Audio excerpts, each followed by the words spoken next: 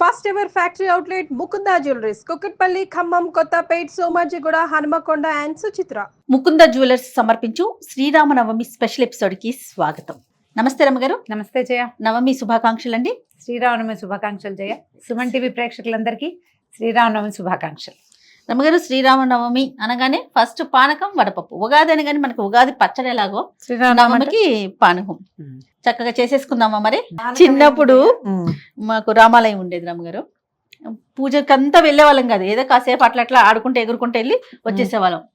పండగ మొత్తం పూజ అంతా అయిపోయి కళ్యాణం అయిపోయిన తర్వాత కొట్టేవారు గంట. పరుగు గిన్నెలు పట్టుకొని ఒకటే పరుగు పానకం కోసం. శ్రీరామనవమి పందిళ్ళు అంటే అవునవును పానకమే. చక్క చలువు పందిళ్ళు బ్రహ్మాండంగా పానకం, వడపప్పు, చలిమిడి కూడా చేస్తారు కదా. ప్రాంతాల వారీగా నివేదనల్లో తేడా ఉంటాయి కానీ పానకం, వడపప్పు అన్ని చోట్ల చేస్తారు. మీరు ఎట్లా చేస్తారు చెప్పండి. అందరం ఒకటే పద్ధతి అనుకోండి.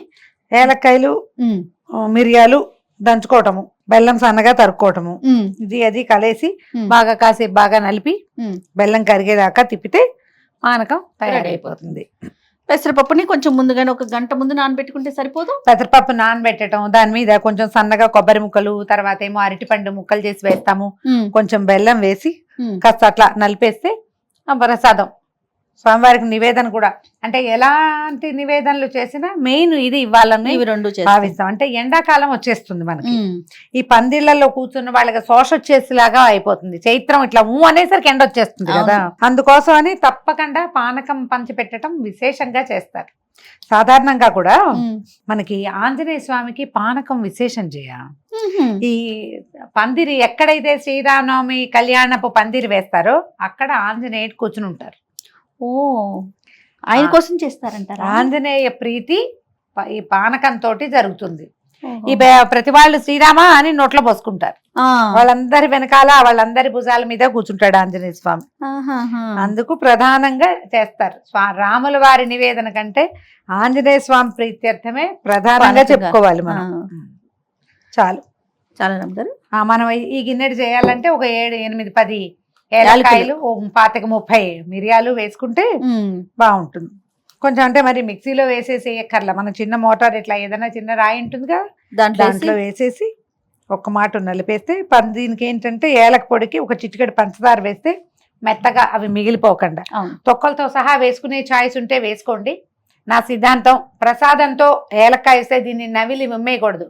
ప్రసాదంలో ఉన్న ప్రతి పదార్థము లోపలికి వెళ్ళిపోవాలి. అందరూ ఇది మింగలేరు, నమలేరు, తినలేరు. ఉయ్యాల్సిందే కదా. అందుకని పెట్టుకోవద్దు, ఒలిచేసుకోండి. అప్పుడు రద్దు లేకుండా ఉంటుంది. చాలా పని చేసేటప్పుడు చేయలేకపోతాం. కొద్దిగా అయితే చేసుకోవచ్చు మనం. ఇప్పుడు మనం నవమి అనగానే, శ్రీరామ నవమి అనగానే పానకం, వడపప్పు, చలిబిడి ఇవి కాకుండా ఇంకేమన్నా చేస్తారా? ఏమైనా పెళ్లి కదా, వివాహం కదా, స్వామివారి కళ్యాణం, మనం దద్దోజనం చేసుకోవచ్చు, చక్కెర పొంగల్ చేసుకోవచ్చు, పులిహార చేసుకోవచ్చు, గారెలు, బూర్లు, అప్పాలు, అరిసెలు, పెళ్లి వంటలన్నీ అన్ని చేసుకోవచ్చు. ఓకే, మీరేం చేస్తారు అమ్మగారు? నేను సాధారణంగా పాయసం, పులిహార చేస్తాను జయ. ఎందుకంటే ఉగాదికి రకరకాలు చేస్తుంటావా, వారం తిరిగేసరికి వచ్చేస్తుంది. అవునవును. అందుకని అయితే మేము ఎక్కువగా సీతా కళ్యాణం చేయడానికి పాఠశాలకి వెళ్ళిపోతున్నాం, పాఠశాలకి. అక్కడ ఏవో బూర్లు, పులిహోర, పాయసము చేస్తాం. నేను లడ్లు పట్టుకెళ్తా ఖచ్చితంగా. పెళ్లి ఏమిటో నాకు పెళ్లి అనగానే లడ్డు లేకపోతే బూందీ లడ్డు చేస్తారా? తెప్పిస్తాను, చేస్తాము, ఏదైనా చేస్తాను ఒకటి ఖచ్చితంగా. లడ్లు పట్టుకెళ్తా ప్రతిసారి. కొన్ని మిరియాలు ఏదో నేను 8, 10 మిరియాలు ఘాటు కోసమేనండి, అంతేనా? మిరియాలు ఘాటు, బెల్లంలో ఉండే రకరకాల వృక్ష కొన్ని గుణాలను అది పోగొడుతుంది. ఇప్పుడు మిరియాల్లో ఎక్కువగా వేడి ఉంటుంది, దాన్ని బెల్లం చల్లబరుస్తుంది. బెల్లంలో కొంచెం పైత్యం చేసే లక్షణాలు ఉంటాయి, దాన్ని మిరియాలు సరి చేస్తాయి. రెండు ఒకదానికొకటి, ఇవి ఒకదానికొకటి. ఏలకులు సుగంధాని కోసం, ఏలకల వల్లే సుగంధం వస్తుంది. మిరియాలతో సుగంధం రాదు, ఘాటు వస్తుంది, అందుకు మిరియాలు వేసుకుంటాం. నేను 1-2 చోట్ల గమనించాను, సొంటి పొడి కూడా వేశారు. చిన్నది సొంటి వేస్తారు, మేము ఈ హ్యాబిట్. కానీ మనం మాత్రం మిరియాలు, ఏలకాయలు వేసుకుంటాము. 2 వేసి దంచేయండి. నువ్వు బెల్లం సన్నగా తరుగు చేయ. ఓకే,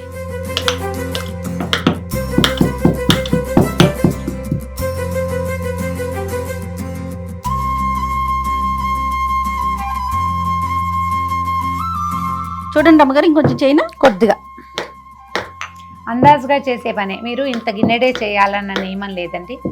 మనమే ఇద్దరమే ఉన్నాము, ఇదంతా ఎలా పంచుతాము అలా అనిపిస్తుంది. చిన్న బుజ్జి గ్లాసు అంత బెల్లం ముక్క, ఒక ఏలక్కాయ, 2 మిరియాలు కొద్దిగా అట్లా దంచి వేసి, ఇంత గ్లాసు పానకం దగ్గర నుంచి ఇంత గుండిగడి దగ్గర వరకు ఏదైనా తీసుకుంటారు. డ్రమ్ముల్లో చేస్తారు. ఇప్పుడు మనం ఇంట్లోనే ఉంటాం, మనమే 2 3 ఉంటాం, చుట్టుపక్కల ఎవరు లేరు. ఈ పానకం అంతా ఖర్చు పెట్టడం ఎట్లా అని పానకాన్ని వేస్ట్ చేయదు. ఎక్కువ చేయాలి అన్న నియమం పెట్టుకుని దాన్ని వినిమయం చేయకుండా పడేయకూడదు. అందుకని అంత చెయ్యొద్దు, కొంచెమే చేసుకోండి. దేవుడి దగ్గర నివేదన పెట్టుకుని మన ఇద్దరమే పురుషుడు పుచ్చుకుంటాం చాలు, అంతైనా సరే. కానీ నియమంగా ఏమిటంటే ఈ తీపి కలిపిన నీళ్లు ఈ కాలంలో తీసుకోవాలి. ఇది ఆరోగ్య రహస్యాలే చేయాలి. అవునవును రమ్మగారు, చలవ చేయటం కోసమే మనం తీసుకుంది, ఎండాకాలం కదా. చూడండి, బెల్లం వల్ల వచ్చే ఇబ్బందులకి మిరియాలు తొలగిస్తాయి, మిరియాల వల్ల వచ్చే ఇబ్బందులు బెల్లం తొలగిస్తుంది. 2 ఇంతకీ ఈ సీజన్ లో మనం తీసుకోవాల్సిన పదార్థం, అందుకని చేస్తాము. అవును, మామూలుగా మనం రోజువారీ ఏ రామాయణమో చేసుకుంటాం అనుకో, ఆంజనేయ స్వామికి ఒక చిన్న పానకం పెడతాం ఇంత. అవును, చెంబుడు చేయక్కర్లా, కొద్దిగా చేయండి.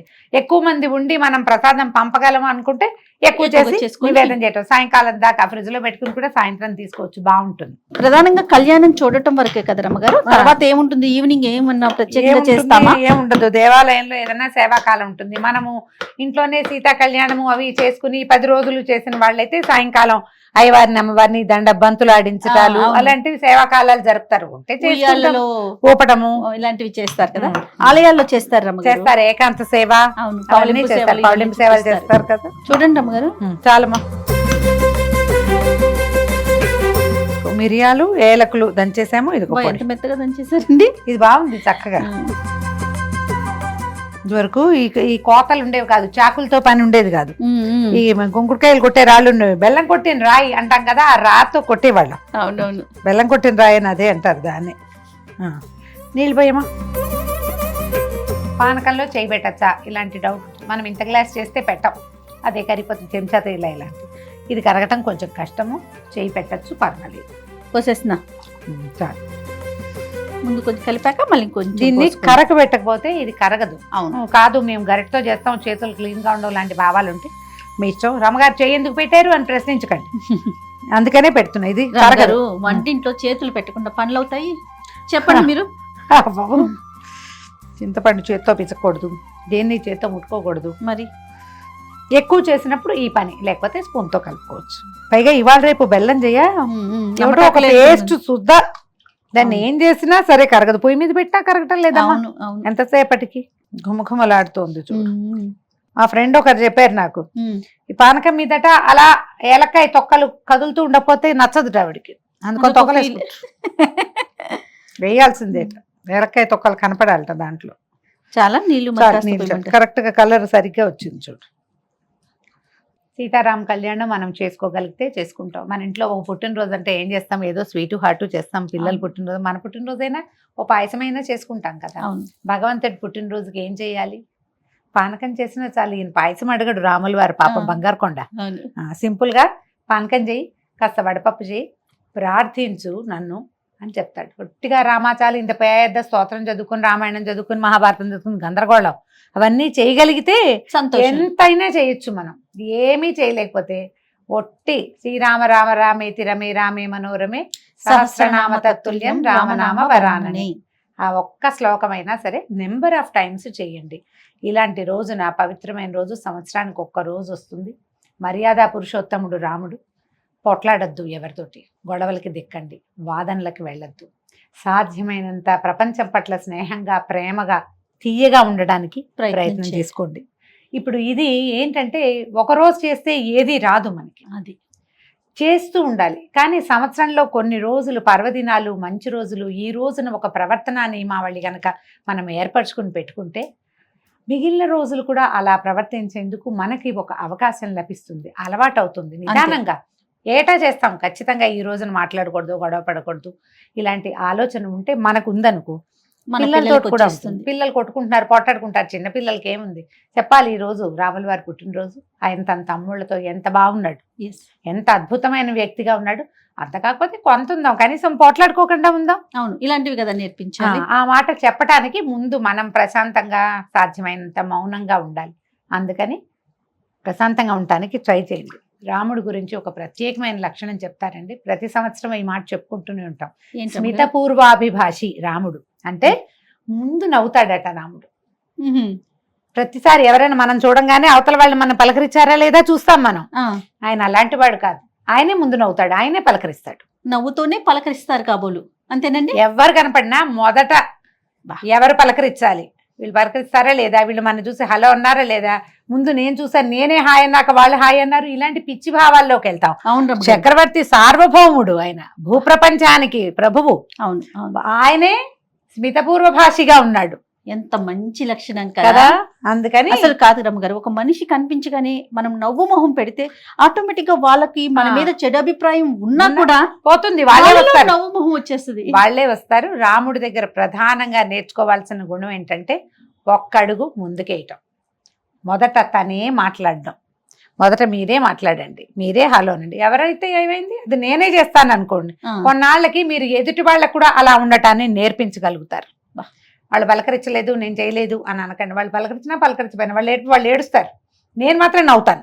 రాముడిలాగా ఇలాంటి ఆయన నుంచి తీసుకున్నాను ఈ లక్షణం అనుకోవాలి. అది పెట్టుకుని చక్కగా పానకం చేసి మన ఎదురింటి వాళ్ళు మన వాళ్ళు కాకపోయినా ఏం పర్వాలేదండి. పానకం ఇవ్వటానికి ప్రసాదాలకు ఇబ్బంది కానీ పానకానికి ఏమి ఇబ్బంది లేదు.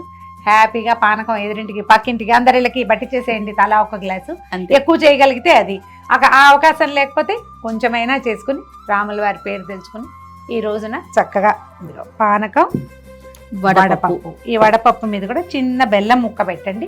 ఈ చప్పటి వడపప్పు చప్పగా ఉంటుంది, అది పెట్టకూడదు. ఒకే ఒక బెల్లం ముక్క చిన్నది.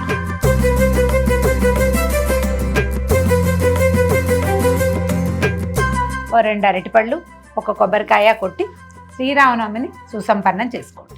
తప్పకుండా రమ్మగారు. ప్రేక్షకులందరికీ మరొకసారి శ్రీరామనవమి శుభాకాంక్షలు.